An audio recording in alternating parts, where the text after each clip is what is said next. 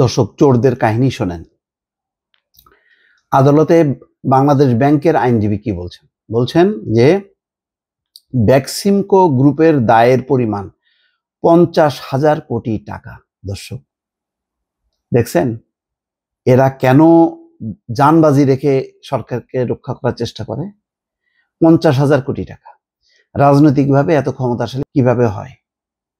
কবে থেকে সালমান এফ রহমান আওয়ামী লীগ করে? গুরুত্বপূর্ণ ক্রুশিয়াল সময়গুলোতে এদের মুখ কেন দেখা যায়? আওয়ামী লীগের নেতারা কোথায়? 20 বছর 25 বছর আগে এই সালমান এফ রহমানরা কি আওয়ামী লীগ করতো? আওয়ামী লীগের নেতা ছিল না? ছিল, কিন্তু তাদের টাকা নেই। সালমান এফ রহমানের টাকা আছে, সুতরাং তারা প্রথম সারিতে চলে আসছে। এবং দেখেন এখন ভিতর থেকে সব বেরোচ্ছে। 50,000 কোটি টাকা দায়। দেশের 16টি ব্যাংক 7টি আর্থিক প্রতিষ্ঠানের কাছে বেক্সিমকো গ্রুপের 78টি প্রতিষ্ঠানের দায়ের পরিমাণ 50,000 কোটি টাকা। এই হিসাব চলতি বছরের 30শে নভেম্বর পর্যন্ত সময়ের। বোঝেন অবস্থা। কোনো কালে কোনোদিনও এই 50,000 কোটি টাকার দায় তারা শোধ করতো না। তারা তো জানে যে আজীবন হাসিনা ক্ষমতায় থাকবে আর তারা আজীবন লুটপাট করে জীবন শেষ করবে। এই রিটের পরিপ্রেক্ষিতে রুলের শুনানিতে বাংলাদেশ ব্যাংকের আইনজীবী নিজও আজ রোববার আদালতে এই তথ্য তুলে ধরেন।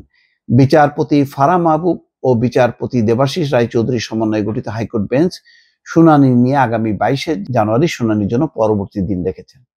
আদালতে বাংলাদেশ ব্যাংকের পক্ষে শুনানি করেন আইনজীবী মনিরুজ্জামান। বেক্সিমকো ফার্মাসিউটিক্যালসের পক্ষে জ্যেষ্ঠ আইনজীবী ফিদা এম কামাল ও আইনজীবী আনিসুল হাসান শুনানিতে ছিলেন।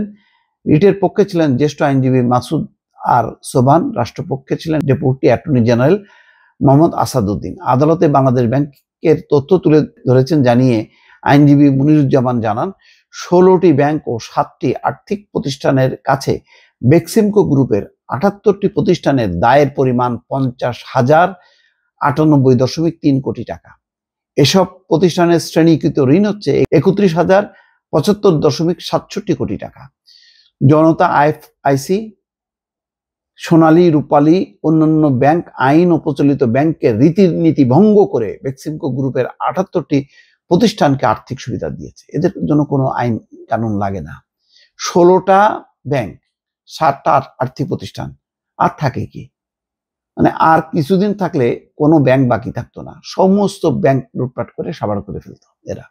তারপরে এর মধ্যে এখানে বলা হচ্ছে যে সমস্ত রীতিনীতি ভঙ্গ করে বেক্সিমকো গ্রুপ 78টি প্রতিষ্ঠানকে আর্থিক সুবিধা দিয়েছে। এর মধ্যে ঋণ পুনঃতফসিলীকরণ, ঋণের মেয়াদ বাড়ানো, অতিরিক্ত ঋণ দান, এলসি সুবিধা সহ অন্যান্য আর্থিক সুবিধা রয়েছে। জনতা ব্যাংক একক ঋণ গ্রাহক হিসেবে বেক্সিমকো গ্রুপকে তার প্রাপ্যের চেয়ে প্রায় 20 গুণ বেশি আর্থিক সুবিধা দিয়েছে। কেন? ক্ষমতা আছে, শেখ হাসিনা আছে, এই কারণেই সম্ভব হয়েছে। শেখ হাসিনার ক্ষমতা না থাকলে এই 20 গুণ বেশি আর্থিক সুবিধা দেবে তার প্রাপ্যের সম্ভব?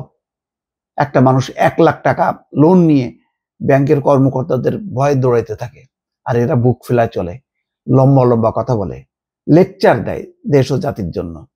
শুনছি না আমরা এইসব লেকচার? আমরা তো শুনছি, শুনে আমরা এগুলি রিপোর্ট করছি। আহা, তারা কি সুন্দর দেশের উন্নয়নের জন্য শেখ হাসিনার অগ্রসৈনিক। তারা দেশকে একেবারে এতে নিয়ে যাবে আর কি, আমেরিকার মতন উন্নয়নশীল দেশে নিয়ে যাবে। এই লুটেরা দল, লুটেরা গোষ্ঠী কোনো দেশকে উন্নত করে নিজেদের উন্নয়ন বাদ দিয়ে। এটা শুনছেন?